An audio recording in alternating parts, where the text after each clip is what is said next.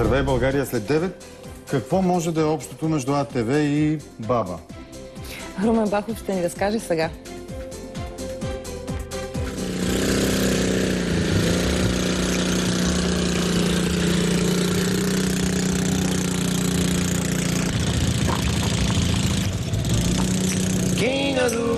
Аз съм Румен Бахов, а вие гледате Пълен абсурд по ново. Искам да ви кажа, че се намирам в териториалните граници на красивото смолянско село Търън. А това, което ви предстои да видите, си заслужава да бъде видяно. Там в далечината се задава баба Фатме Баджаклиева с мощното си АТВ. Жената, която се прочу в сърцето на Родопите, че пасе стадото си не с тояга, не с магаре, а с мощно АТВ. Баба Фатме, много съм впечатлен. Имаш ли книжка? Не. Защо? За съжаление. Никой не е късно да се изкараш. Колкото... Много ми са годините. Моля? Много ми са годините и не знам. Абе, я ми кажи, как се случи тая работа с АТВ-то? Ами, малко имах проблем с сърцето. И сина ми реши да ми направи подарък. И ти купи АТВ? И купи ми АТВ, което много му благодаря. Ама овцете свикнали ли са с шума на АТВ? Свикнали са. Свикнали са. Да, ми е добре с мотора. Много ти е добре с мотора. Супер съм. А тук имате ферма? Имаме, да, кокошки, кучета, всичко. Така. Мечки също. Моля? Мечки. Имате си мечки? Да. Ей, тук дойде, в левадата. Я да отидем да видим къде. Дойде мечката тук на левадата. Моля те, нека да отидем да видим. Боже Господи, не е за вярване. Както баба Фатме си карала свръхмощното АТВ, ей там от към дерето се появила мечката. Баба Фатме, искам само да разбера, когато се появи мечката, какво се случи. Тук някъде ли? Мечката дойде от тук. Първо, когато се показа мечката, вземах един камък и фърлих, помислих, че е куча. И тя се изправи права. С едни червени очи, много беше страшно.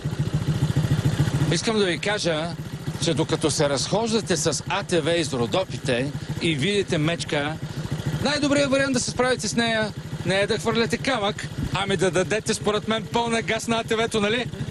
Не знам дали ще се справя.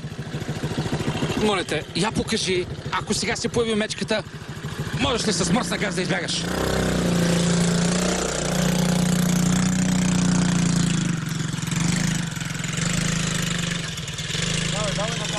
Сутрин ставаш, палиш АТВ-то и овцете вървят след теб. След мен. Изобщо не и притеснява АТВ-то. Ама тук, доколкото виждам във вашето село, всички са рокери. В момента и кмета кара мотор. Да, и кмета, и... Господин кмете, ама вие сте най-рокерското село в Родопите, според мен. Ами да, по принцип да. Откъде тая мода? Ами, взаимстваме малко и от Гърция. След като пусна на пътя през преди 4-5 години, даже готвим рокерски събор. Да познае ли кой ще го води?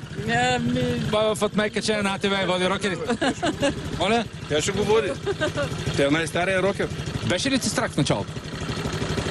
Страх ме беше. За колко време се научи да го караш? И много бързо. И падна ми се откаже. Вика, няма да се отказваш.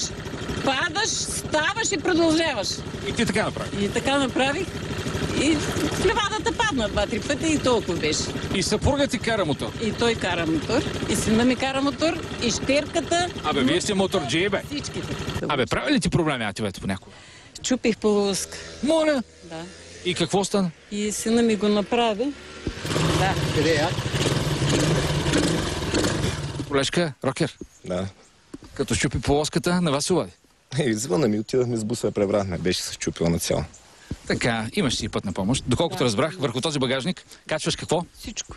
Какво значи всичко? Ами, тикви, картофи, домати, парник имам.